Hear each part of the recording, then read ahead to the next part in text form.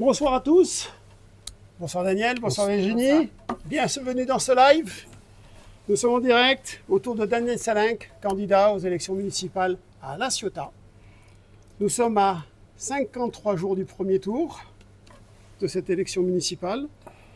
Et nous allons partager pendant 15 minutes quelques sujets d'actualité avec toi Daniel. T'as chronométré? C'est libre. Bonjour à toutes, bonjour à tous, ça va? Vous avez passé une bonne semaine? Impeccable. Bon, super. Eh bien allez, je suis à vous. On est prêt? Bien. Je viens d'avoir les questions, donc je vais les lire en même temps que vous. La semaine dernière, je te demandais si tu te sentais pas très seul. Aujourd'hui, le calendrier avance, ça commence à bouger. Tu es moins seul depuis cette semaine. Je suis moins seul. Ça coule pas de source. Mais non, pour l'instant, il n'y a pas eu de personnes qui se sont présentées comme candidats, ou alors j'ai pas entendu. Il n'y a pas un ralliement? Ah oui, il y a eu un ralliement. Oui, j'ai vu ça. Il y a un ralliement d'une personne de l'opposition qui a demandé à Alexandre Doriol de mettre sa liste dans son équipe. C'est bien ça que tu veux me parler? Ok. C'est la nouveauté de la semaine. Oui. Alors, il y a quelque chose que je ne comprends pas. Ça veut dire qu'aujourd'hui, chez nous, majorité et opposition, ça n'existe plus? C'est la même chose? Se rallient. Si on suit les événements correctement. Il y a eu un conseil municipal au mois de décembre. Cela a donné lieu à la tribune de l'opposition, comme chaque après conseil municipal, comme à la tribune de la mairie en place. Bon. Nous avons vu que l'opposition disait qu'ils avaient voté 90% des résolutions de la mairie en place sur les 6 ans de mandature. Donc quand tu votes 90% des résolutions pour, je ne vois pas comment tu peux aller faire une campagne contre ou avec une autre vision. Voilà. Donc c'est un fait acquis. Et après, il y a un microcosme où on savait plus ou moins déjà que les affaires étaient faites déjà en janvier dernier, puisque moi, lors de mes vœux, un des colistiers de cette personne-là, après mes vœux, est venu me voir. J'ai dit, tu as vu, on a ouvert les portes. Il m'a dit, non, on est en train de dealer ailleurs. Bon. Donc ça voulait dire ce que ça voulait dire. Donc comme ils ne vont pas dealer avec la gauche, ils ont dealé avec Alexandre Doriol. Moi, ça ne me dérange pas trop. Ce qui me gêne le plus, c'est que les gens qui dealent sont là pour pas communiquer, à vouloir donner des leçons aux autres. Je pense que l'humilité, quand même, ça se travaille même à tous les âges. Hein. Honnêtement, l'humilité, c'est pas une histoire d'âge. Hein. Donc je crois qu'à un moment donné, quand on a fait partie de la majorité jusqu'en 2019, c'est mon avis, n'engage que moi, hein, qu'on est parti avec perte et fracas, je crois, 6 mois avant l'élection municipale. De 2020. En annonçant avec perte et fracas que tout ce qui se faisait, c'était pas bien, que la mentalité était pas bonne, que bon, c'était quand même très tendu. Que la partie adverse, que je comprends, trahit, invective la personne. Ça donne droit à une campagne quand même très lourde sur les années 2020. Tout ça pour à la fin revenir dans cette majorité. Je pense qu'il y en a un qui doit se retourner dans sa tombe.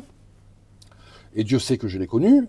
Et à côté de cela, je dirais que la personne n'est pas importante, mais les électeurs.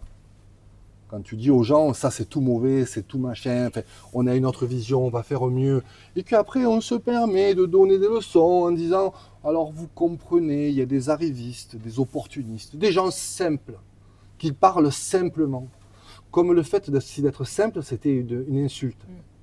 Alors je rappelle que le mot simple à La Ciotat, quand on dit de quelqu'un qui est simple, c'est quelqu'un de bien. Donc on peut prendre ça pour un compliment, puisque je suis la seule personne aujourd'hui qui est candidate officiellement. Et qui ait déclaré ma candidature à la préfecture, parce qu'être candidat, c'est une chose. Est-ce qu'on a déclaré sa candidature à la préfecture? Ça n'est autre chose. Est-ce qu'on a 39 colistiers plus 3 remplaçants? C'est encore autre chose. Donc je sais que des gens se présentent comme candidats, mais ils ne sont toujours pas déclarés en préfecture. Donc moi, aujourd'hui, factuellement, nous sommes, enfin mon équipe et moi, sommes les seuls candidats aujourd'hui à cette élection. Le tour du maire viendra, on l'attend. Mon petit doigt m'a dit que c'était dans pas longtemps.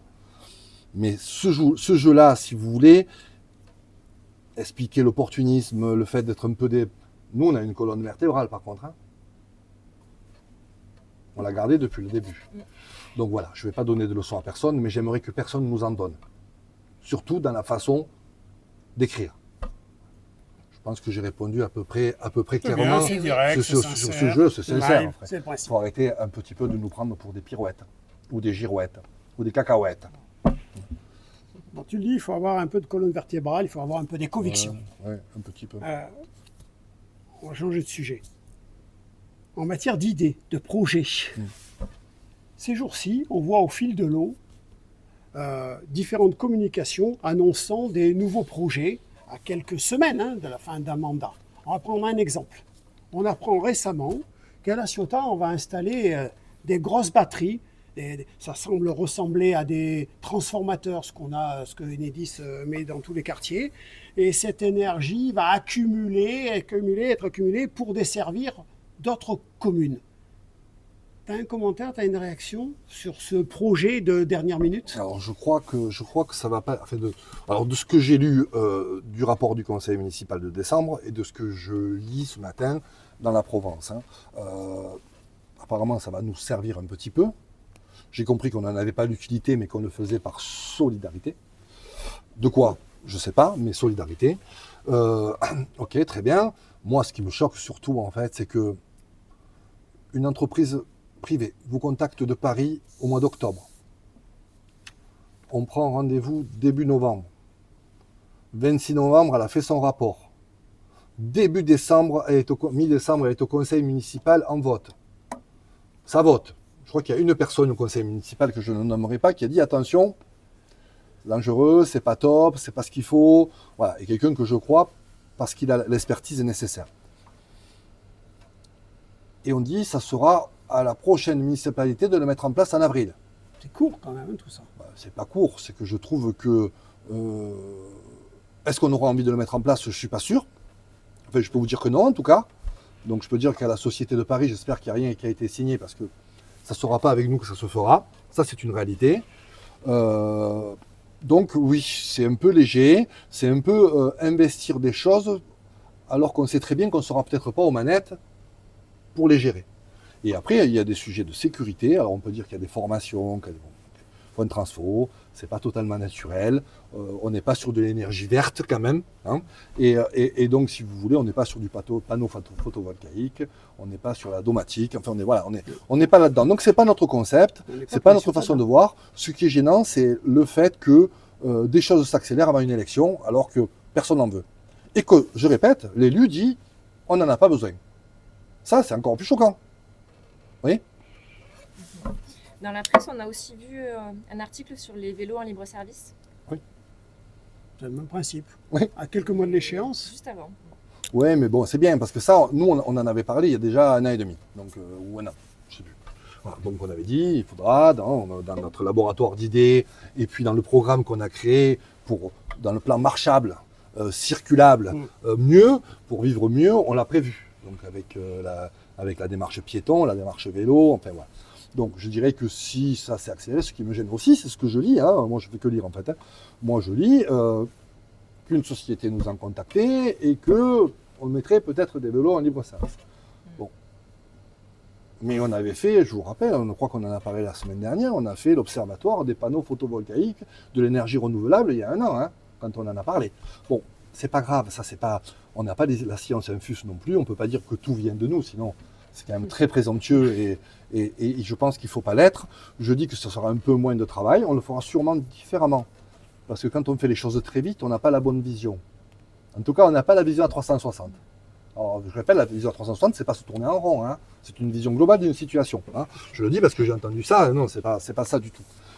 Donc, si vous voulez, on travaillera autrement. Mais moi, je suis assez fier. Je trouve que c'est pas mal quand même. Pour des gens qui disaient attention, ça on peut pas faire, ça on peut pas faire, ça on fera pas, ça on n'ira pas. Finalement, il y a plein de choses qui se mettent en place et je trouve ça assez chouette. Bientôt, ça va être comme au foot, attention, même pendant les arrêts de jeu, mais vous avez oublié un truc, non, cette semaine?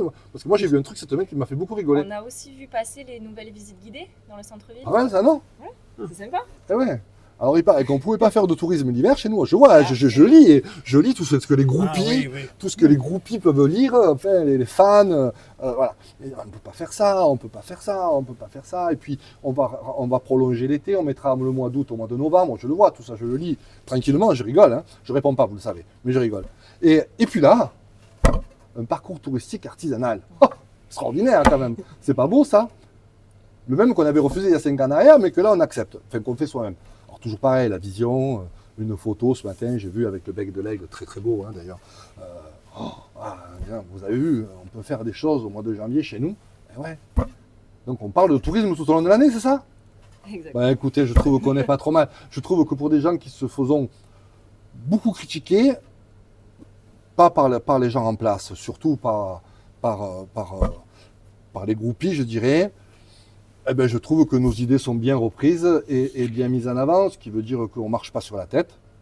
On marche simplement, je le répète, simplement. Et pour des gens simples, je trouve qu'on a des idées qui vont très très bien et très très vite. Comme dirait quelqu'un, c'est du bon sens. Ça s'appelle du bon sens. Très bien. Dehors de tes déambulations, on te voit partout. Hein. Ça lâche rien. Hein. Par vent, par pluie. Tu es très entouré. Ton équipe est tout le temps autour de toi. L'équipe définitive, la liste définitive, elle sera connue quand? Ben, avant le 24 février, hein, puisque c'est la date limite. Après, il faut bien, je veux dire, c'est important. Je sais que c'est pas comme ça qu'on fait. Je sais que les gens connaissent leur place, leur endroit, enfin voilà, et que les gens viennent à toi ou pas en te disant, moi je veux ça. Nous, on n'a pas fonctionné comme ça. Hein. Je rappelle comment on a fonctionné. On a dit, on donne de place à personne. On mettra les meilleurs à l'endroit où ils sont les meilleurs, pour pouvoir œuvrer correctement pour nos ciotadens et nos ciotadaines. Donc pour l'instant, on est en train de finaliser l'équipe, on a surtout des militants, on a surtout des gens qui sont très investis par la cause, sans avoir la moindre soupçon de la place qu'ils auront demain.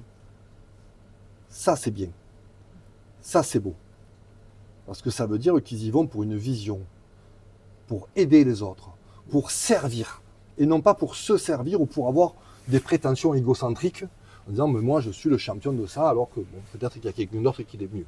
Voilà. Et après, on est fidèle à nos équipes. Hein. Mais en attendant, il est important de savoir que tous les gens qui se sont investis à nos côtés, tous les gens qui nous ont rejoints dans le temps, tous les gens qui vont nous rejoindre, aujourd'hui n'ont pas de promesse.